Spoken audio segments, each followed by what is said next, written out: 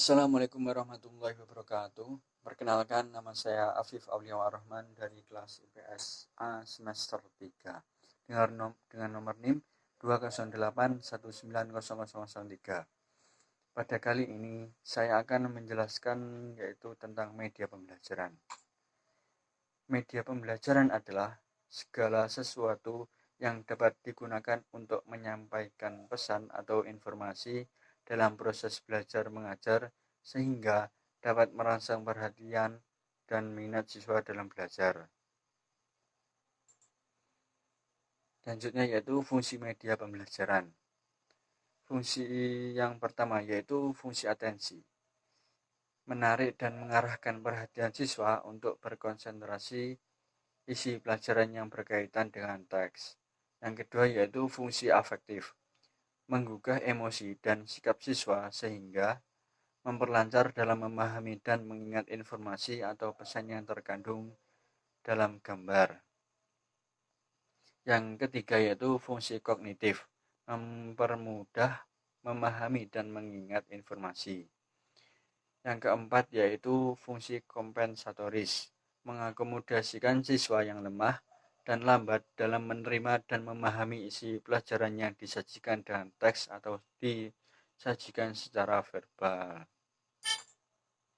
Fungsi media pembelajaran secara umum, menarik perhatian siswa, memperjelas penyampaian pesan, mengatasi keterbatasan ruang, waktu, dan biaya, menghindari kesalahan tafsir, mengakomodasi perbedaan tipe gaya belajar siswa, mencapai tujuan pembelajaran yang efektif.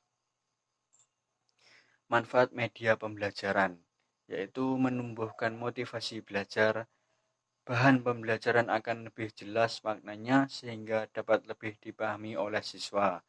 Media pembelajaran dapat mengatasi keterbatasan indera, ruang, dan waktu, memberikan kesamaan pengalaman tentang peristiwa-peristiwa lingkungan mereka, serta memungkinkan terjadinya interaksi langsung dengan guru, masyarakat, dan lingkungan.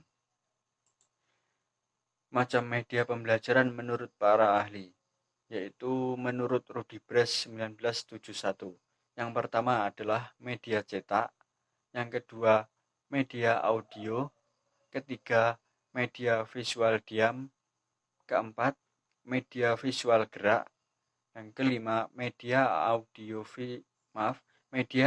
semi gerak, yang keenam media semi gerak, yang ketujuh media audio visual diam, yang kedelapan media audio visual gerak. Selanjutnya yaitu menurut Hujar, media visual terbagi menjadi dua, yaitu media diproyeksikan dan media tidak diproyeksikan.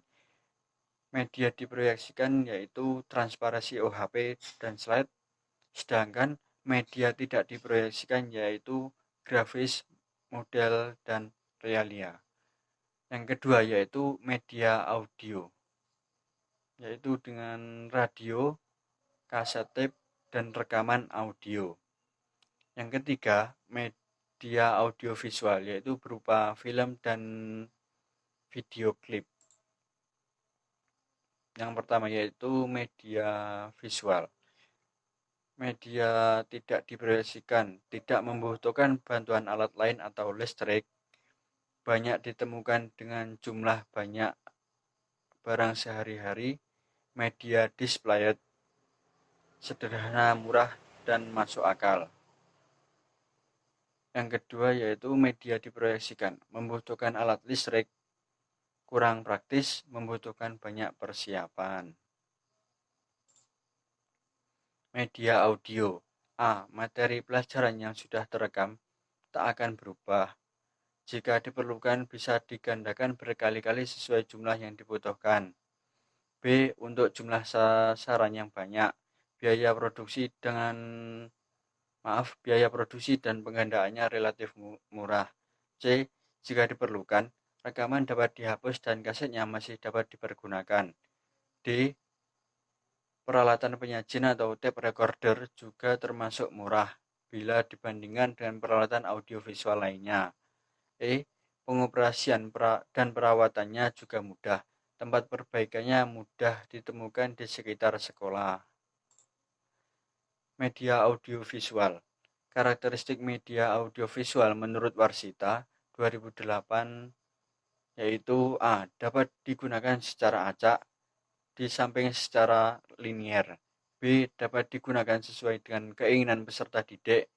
C. Gagasan-gagasan yang disampaikan realistik sesuai pengalaman peserta didik dan relevan dengan kondisi peserta didik. D. Prinsip teori belajar kognitif dan konstruktivisme diterapkan dalam pengembangan dan pemanfaatan bahan pembelajaran. E. Belajar dipusatkan dan diorganisasikan menurut pengetahuan kognitif sehingga pengetahuan terbentuk pada saat digunakan. F. Mampu menumbuhkan interaktivitas peserta didik.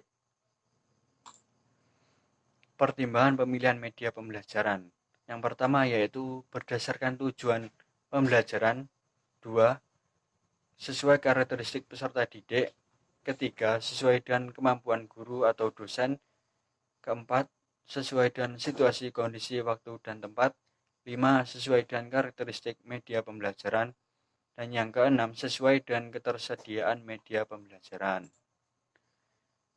Prinsip penggunaan media pembelajaran. Yang pertama yaitu media tidak dapat menggantikan peran guru 100%. Yang kedua, perlu persiapan yang matang. Dan ketiga,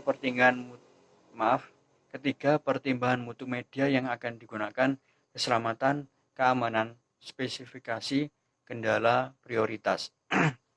Keempat, media tersebut harus menarik sekaligus jelas.